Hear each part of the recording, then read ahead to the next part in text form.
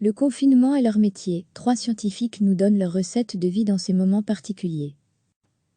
Bertrand Piccard, Jean-Louis Tison, Hugues Gousse, 3 scientifiques qui, à un moment de leur vie, ont vécu des périodes de confinement de plusieurs semaines, dans des conditions extrêmes.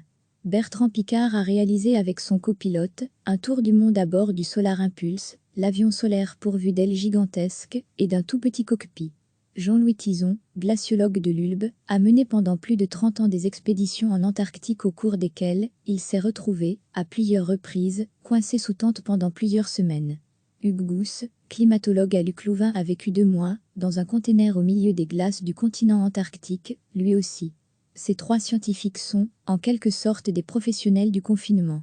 Au cours des années, ils ont beaucoup appris de ces situations particulières. Il faut vivre dans l'instant scientifique et aventurier. Bertrand Piccard est aussi psychiatre. Selon lui, l'important est de ne pas se projeter dans l'avenir. Il faut vivre dans l'instant présent. Il faut se connecter à soi-même, sur sa sensation d'exister dans son corps, dans la sensation du moment présent, dans ce qu'on fait, dans ce qu'on pense, dans ce qu'on dit aux autres, dans ce que les autres nous disent. Et ce qui est assez spectaculaire, quand on arrive à faire ça, c'est que le temps ne compte plus. En fait, on se déplace avec le temps et tout à coup, quand c'est fini, on est tout surpris que le confinement soit terminé. Un conseil tiré de son tour du monde de la Terre. C'est exactement ce qu'on a vécu avec Brian John, dans notre tour du monde en ballon, parce que si on avait compté les jours, cela aurait été horrible. Alors que vivre le moment présent en permanence est une expérience quasiment spirituelle. Je lisais chaque jour 2 pages de Manon des sources à mes collègues anglophones en prenant l'accent du Midi. Le glaciologue belge Jean-Louis Tison a mené de multiples expéditions en Antarctique. Avec ses collègues, il a vécu dans des conditions particulièrement spartiates. Imaginez une température moyenne de -20 degrés à -40 degrés, où les scientifiques dorment sous tente. En 1984, alors qu'il travaillait sur la péninsule antarctique, avec une collègue anglophone et un guide de montagne également anglophone, ils doivent affronter une tempête qui les cloue sous leur tente pendant 3 semaines. Jean-Louis se souvient, nous avons coupé les cartons de nos boîtes de sucre pour bricoler un jeu de 54 cartes. Dans ces moments, nous cherchons tous à nous occuper. Mais notre tente ne faisait que 2x2 mètres. Un espace plutôt restreint. Chaque jour, mes compagnons d'infortune me demandaient de lire 2 pages du livre de Marcel Pagnol, Manon des sources, si possible avec l'accent du Midi. C'était un grand moment de la journée, car l'accent français du Midi les mettait littéralement en lévitation. Le confinement est aussi une épreuve qui révèle la personnalité des personnes de son entourage. Certaines personnes que nous pensons stables se mettent parfois à cran. Je ne l'ai pas vécu personnellement. J'ai toujours vécu avec des personnes très chouettes. D'ailleurs, après 3 mois, nous sommes partis ensemble au sport d'hiver. Mais je connais des membres d'une expédition qui ont failli s'étrangler l'un l'autre simplement parce que l'un d'eux avait renversé de l'huile de sardine sur le pantalon de l'autre. Pour ce grand baroudeur, le confinement que nous vivons aujourd'hui n'a rien à voir avec les expériences extrêmes qu'il a vécues sur le grand continent blanc, car nous le vivons chez nous et dans un confort quotidien. Il n'empêche. Il voit des points de convergence avec ses expériences précédentes. Ces moments particuliers nous obligent à développer notre créativité, notre inventivité. C'est une expérience intéressante. Nous pouvons aussi profiter de ce moment pour évoquer des sujets que n'abordons jamais dans nos conversations. Les questions existentielles deviennent plus importantes que jamais. C'est essentiel de continuer à faire des choses utiles. Hugues Gousse dormait à l'intérieur d'un conteneur lorsqu'il a réalisé son expédition en Antarctique. Il estime, lui aussi, qu'il y a un monde de différence entre rester coincé à la maison et coincé dans une tempête en Antarctique, car la question de sécurité y est différente. Il s'explique, en expédition, vous savez que l'hôpital le plus proche est à 3 jours de distance. Quand les symptômes d'une maladie apparaissent, c'est compliqué. Mais a-t-il des trucs pour mieux vivre son confinement qu'un autre? Il nous répond, pour être honnête, je n'ai pas de technique particulière. Mais la clé pour moi, c'est d'être occupé. Et pour l'instant, j'ai plein de travail. C'est essentiel, selon moi, de continuer à faire des choses utiles. Arrêtez de penser aux choses que vous ne pouvez pas faire. Mais pensez à celles que vous pouvez faire dans l'instant présent.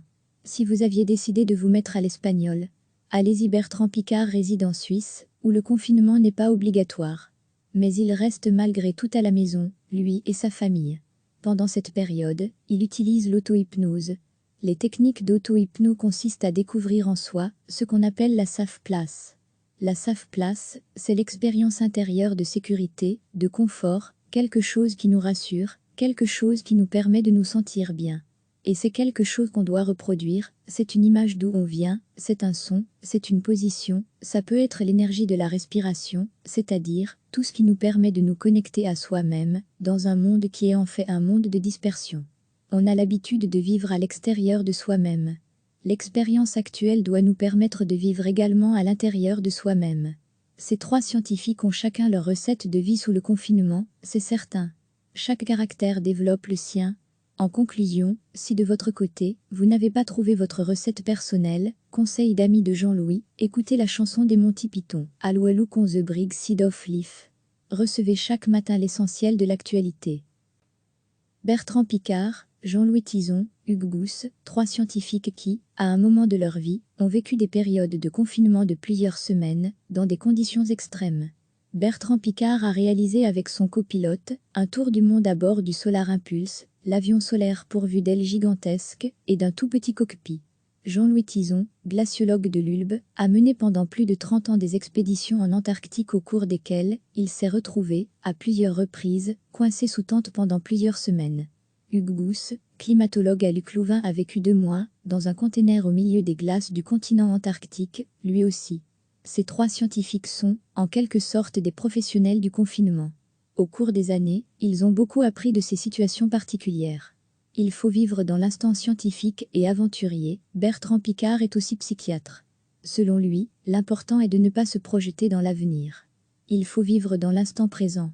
Il faut se connecter à soi-même, sur sa sensation d'exister dans son corps, dans la sensation du moment présent, dans ce qu'on fait, dans ce qu'on pense, dans ce qu'on dit aux autres, dans ce que les autres nous disent. Et ce qui est assez spectaculaire, quand on arrive à faire ça, c'est que le temps ne compte plus. En fait, on se déplace avec le temps et tout à coup, quand c'est fini, on est tout surpris que le confinement soit terminé. Un conseil tiré de son tour du monde de la Terre. C'est exactement ce qu'on a vécu avec Brian John, dans notre tour du monde en ballon, parce que si on avait compté les jours, cela aurait été horrible. Alors que vivre le moment présent en permanence est une expérience quasiment spirituelle. Je lisais chaque jour 2 pages de Manon des sources à mes collègues anglophones en prenant l'accent du Midi. Le glaciologue belge Jean-Louis Tison a mené de multiples expéditions en Antarctique. Avec ses collègues, il a vécu dans des conditions particulièrement spartiates. Imaginez une température moyenne de -20 degrés à -40 degrés, où les scientifiques dorment sous tente. En 1984, alors qu'il travaillait sur la péninsule antarctique, avec une collègue anglophone et un guide de montagne également anglophone, ils doivent affronter une tempête qui les cloue sous leur tente pendant 3 semaines. Jean-Louis se souvient, nous avons coupé les cartons de nos boîtes de sucre pour bricoler un jeu de 54 cartes. Dans ces moments, nous cherchons tous à nous occuper. Mais notre tente ne faisait que 2x2 mètres. Un espace plutôt restreint. Chaque jour, mes compagnons d'infortune me demandaient de lire 2 pages du livre de Marcel Pagnol, Manon des sources, si possible avec l'accent du Midi. C'était un grand moment de la journée, car l'accent français du Midi les mettait littéralement en lévitation. Le confinement est aussi une épreuve qui révèle la personnalité des personnes de son entourage. Certaines personnes que nous pensons stables se mettent parfois à cran. Je ne l'ai pas vécu personnellement. J'ai toujours vécu avec des personnes très chouettes. D'ailleurs, après 3 mois, nous sommes partis ensemble au sport d'hiver. Mais je connais des membres d'une expédition qui ont failli s'étrangler l'un l'autre simplement parce que l'un d'eux avait renversé de l'huile de sardine sur le pantalon de l'autre. Pour ce grand baroudeur, le confinement que nous vivons aujourd'hui n'a rien à voir avec les expériences extrêmes qu'il a vécues sur le grand continent blanc, car nous le vivons chez nous et dans un confort quotidien. Il n'empêche. Il voit des points de convergence avec ses expériences précédentes. Ces moments particuliers nous obligent à développer notre créativité, notre inventivité. C'est une expérience intéressante. Nous pouvons aussi profiter de ce moment pour évoquer des sujets que n'abordons jamais dans nos conversations. Les questions existentielles deviennent plus importantes que jamais. C'est essentiel de continuer à faire des choses utiles. Hugues Gousse dormait à l'intérieur d'un container lorsqu'il a réalisé son expédition en Antarctique. Il estime, lui aussi, qu'il y a un monde de différence entre rester coincé à la maison et coincé dans une tempête en Antarctique, car la question de sécurité y est différente. Il s'explique, en expédition, vous savez que l'hôpital le plus proche est à 3 jours de distance. Quand les symptômes d'une maladie apparaissent, c'est compliqué. Mais a-t-il des trucs pour mieux vivre son confinement qu'un autre ? Il nous répond, pour être honnête, je n'ai pas de technique particulière. Mais la clé pour moi, c'est d'être occupé. Et pour l'instant, j'ai plein de travail. C'est essentiel, selon moi, de continuer à faire des choses utiles. Arrêtez de penser aux choses que vous ne pouvez pas faire. Mais pensez à celles que vous pouvez faire dans l'instant présent. Si vous aviez décidé de vous mettre à l'espagnol, allez-y. Bertrand Piccard réside en Suisse, où le confinement n'est pas obligatoire. Mais il reste malgré tout à la maison, lui et sa famille. Pendant cette période, il utilise l'auto-hypnose. Les techniques d'auto-hypnose consistent à découvrir en soi ce qu'on appelle la safe place. La safe place, c'est l'expérience intérieure de sécurité, de confort, quelque chose qui nous rassure, quelque chose qui nous permet de nous sentir bien. Et c'est quelque chose qu'on doit reproduire, c'est une image d'où on vient, c'est un son, c'est une position, ça peut être l'énergie de la respiration, c'est-à-dire tout ce qui nous permet de nous connecter à soi-même, dans un monde qui est en fait un monde de dispersion. On a l'habitude de vivre à l'extérieur de soi-même. L'expérience actuelle doit nous permettre de vivre également à l'intérieur de soi-même. Ces trois scientifiques ont chacun leur recette de vie sous le confinement, c'est certain. Chaque caractère développe le sien.